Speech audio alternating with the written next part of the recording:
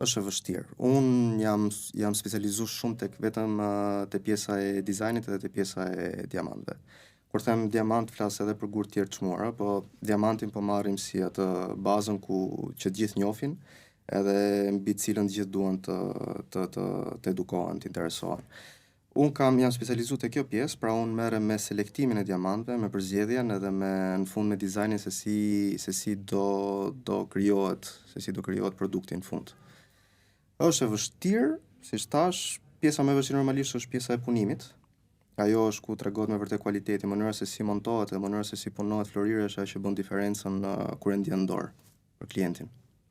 Qartë, por nga ana tjetër ti e the paksa që njerëzit janë të edukuar më shumë nga diamanti, por nuk është vetëm diamanti guri i çmuar. Cilat janë guret që preferohen shumë në punën tuaj, por që janë stilistikisht edhe të bukura?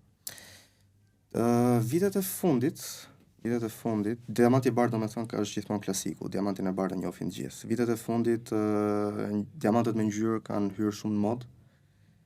Kanë qenë gjithmonë zgjedhje e investitorëve dhe koleksionistëve, mos më keq kupto, që shumë vite përpara koleksionistët ato që e njohin diamantët dhe gurët e çmuar i kanë përzgjedhur gjithmonë. Sot janë bërë më të famshme për shkak trendeve të viteve të fundit, edhe diamanti brown, diamanti yellow edhe të tjerët pastaj me radhë, janë bërë shumë të kërkuar nga klientët.